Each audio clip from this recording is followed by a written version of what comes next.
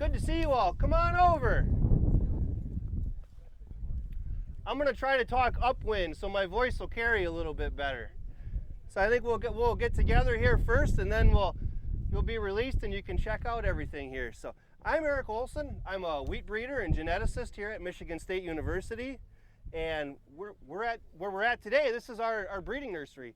You see behind you here about 400 different potential wheat varieties. And so in our program, we're focused on high yield potential, of course, number one, disease resistance, right? That's our number two trait.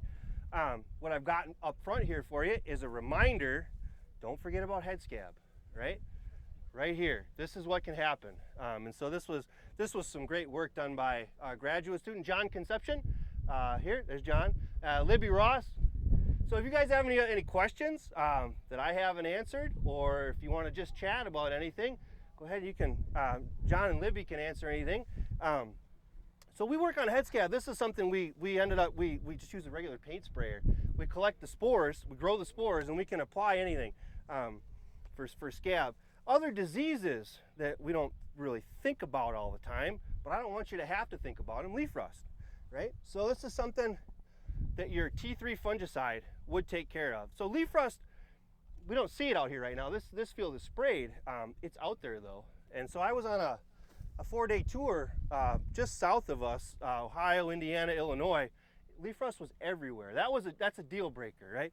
So that's something we try to build that into, that foliar disease package. We try to build that in there. So that if you're thinking about, and so today I'd just like to get you thinking about varieties in the context of your operation. How can it fit? How can you make better decisions that will help your profitability, help your bottom line, right? So varieties will range 15 bushels from the top to the bottom, right?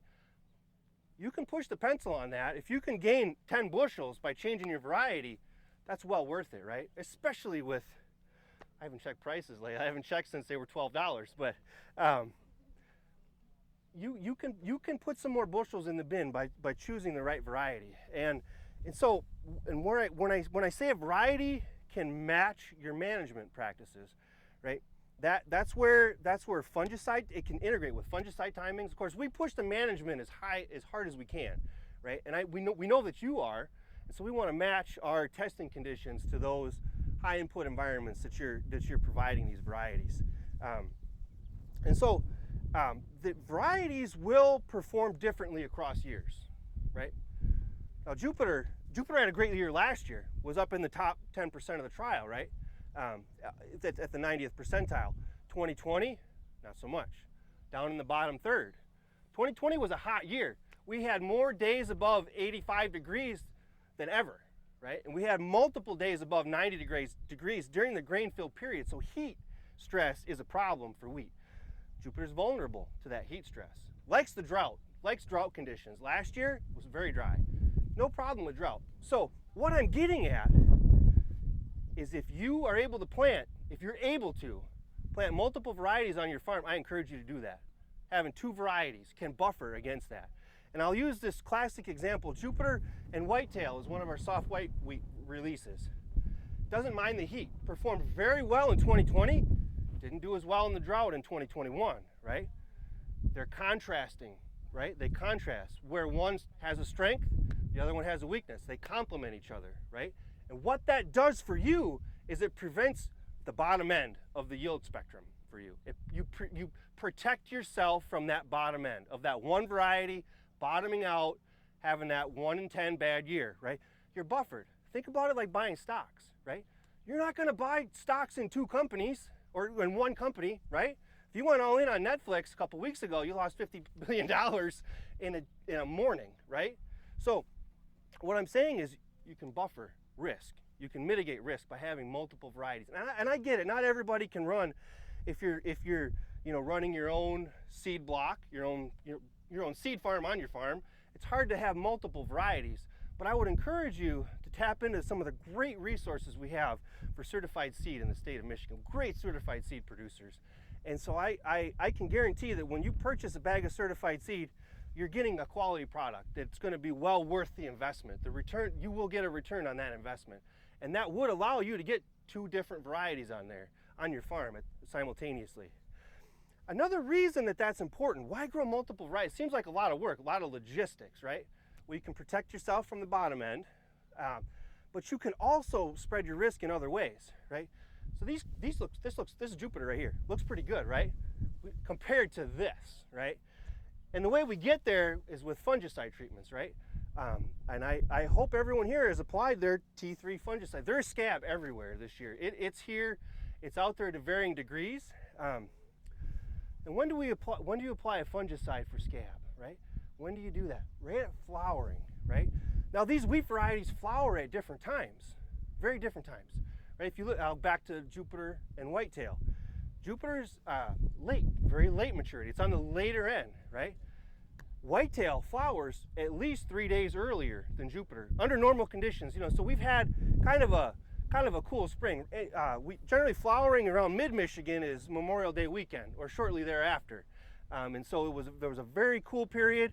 When it's cool like that, when wheat's happy, the flowering window gets extended. So what I'm giving you is that you can have 2 different varieties, one flowering on the earlier end and one flowering on the later end. Why is that important? Why would that be important? Well, if you're early variety, if there's enough rain, right, for there to be a scab risk, you're also going to have problems getting a rig into that field, right? You probably don't want to cut 5-foot ruts in your field. I mean, sometimes you have to, but we're not trying to pull sugar beets out in November or something like that, something wild. If you can't spray that early variety, you have time. You have 3 days for the tile to do its work, for the wind to blow, for it to warm up and get your T3 fungicide on that second variety, right? So what you may have lost with one variety, you can recover with that second variety. It's risk being spread across 2 varieties versus putting all your investment into that single variety. So it's a way to manage risk, right? You can increase and maintain profitability and spread risk just by keying in on some of those traits for those varieties. Maturity being the flowering date. That's an important factor to consider. Other factors, of course, disease resistance, right? The most susceptible, right? They're here, right? They're productive. And so when you know that there's a risk, you're locked in, you have to manage that, because I wouldn't want to leave this risk. With that kind of investment in a wheat crop, you want to protect it, right? So when you know those vulnerabilities, you can then address those vulnerabilities. Now, let's say you're budgeted just for that T3 fungicide, right? And so you know your canopy is a little bit vulnerable then, right? We do have problems with Septoria, Staginospora. They like to chew.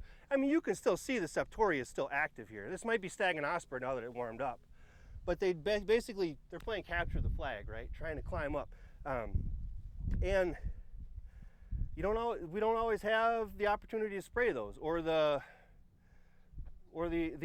opportunity, right? At $20 for product, $20 to apply it. So you push the pencil and maybe you stick to the T3. You have to have that foliar disease package is what I'm getting at. A clean canopy, foliar disease package. You can get that with genetics. We don't always think about leaf rust, right? Until we have to, right? We're thinking about it for you. We collect these isolates every year and we're screening these in the greenhouse. So before any of our varieties go to the field, we call them out. Anything vulnerable to leaf rust, we call it. It doesn't even make it to the field. So that allows that canopy, that flag to stay clean. You keep a green canopy for as long as you can, and then save your rounds, so to speak, for the T3 fungicide to protect against scab. If you had to pick, I would key in on that T3 fungicide to keep that mycotoxin out of the value chain, right? The value chain. I bring that up because Michigan has 2 of the country's largest flour mills. 2 of the top 10, 2 of the biggest flour mills are right here in Michigan. So quality is very important for our crop, right? I mean, and we're in the soft wheat marketplace, right? Flour yield's important to us. Protein quality, right? Crispy cracker, right? And so it's important locally, right? It's not like we have like in the Pacific Northwest, they spent 30 years building that marketplace in Japan, Korea, and those other countries, right? And so their quality traits are directed towards that marketplace, right?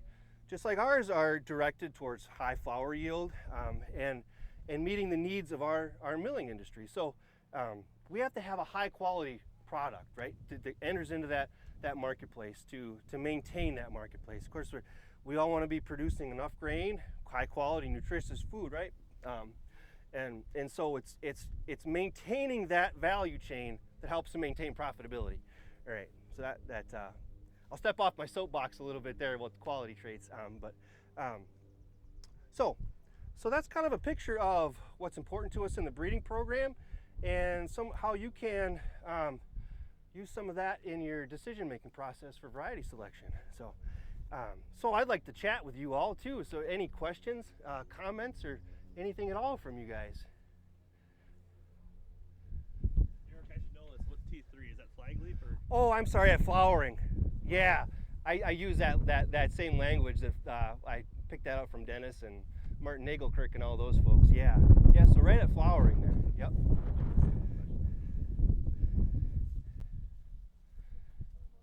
So there are a lot of other uses for wheat, right? Of course we grow it for grain. That's great. I mean, we're not grazing like in Oklahoma or something of that nature, but that straw is pretty valuable too. And so that's another trait that we consider.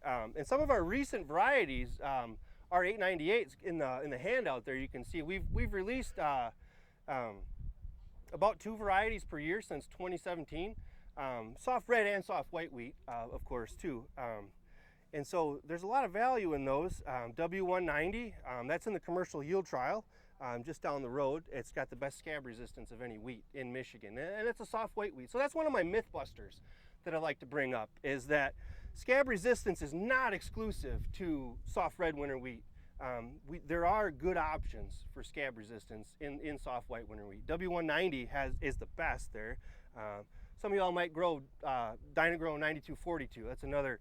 It's right on the cusp. You know, it tends to look good, but the Don tends to go a little bit high in that line. So having that scab resistance is pretty critical. And then that 898, it's a good straw producer, right? And so if you're growing that wheat for straw, if that straw is going anywhere near a TMR, you have to have scab resistance in that variety. You can get Don, you can get scab in the straw itself. So that's an important consideration. That's why we focus on it. To that high degree. So when we can look at straw strength, we push the management pretty high. We use a lot of intensive management here. So these plots are getting 120 pounds of N total. They're getting 90 as urea, and then 30 pounds with as 28%. And so that's about enough usually. At Mason, further south, we were planted a little bit earlier, thicker stands, and so we'll get some lodging pressure at that location as well. Not as much. I haven't seen any lodging to speak of out here. Well, yes, sir. Yeah, as far as fungicide application timing. Yes. If the field is fairly uniform, is it somewhat of a curative or is it a preventative? Preventative. So we need to go the minute the first pollen grains are appearing? Yes, at flowering. So I want to make sure everyone caught that. The question is, what is the appropriate timing for a fungicide, a T3? It's right at flowering. So when you see yellow anthers, if you're don't go past the headlands, right? You're going to see a bunch of stuff. It's going to be uneven in the headlands. So walk out 80 feet into the field and sample, right? Or take a transect and see if you can see the 80% of the plants have yellow anthers. Sometimes you got to pop them open. They don't always extrude. Right? You might be 3 days too late if you start seeing white anthers popping out of there. So when you see yellow anthers, that's the time. Some great research at MSU has shown us you have about 4 days of efficacy after flowering. So you do have a small window where it's still worth it. There's some efficacy out to 6 days, but it tapers off to near zero. Don't wait that long.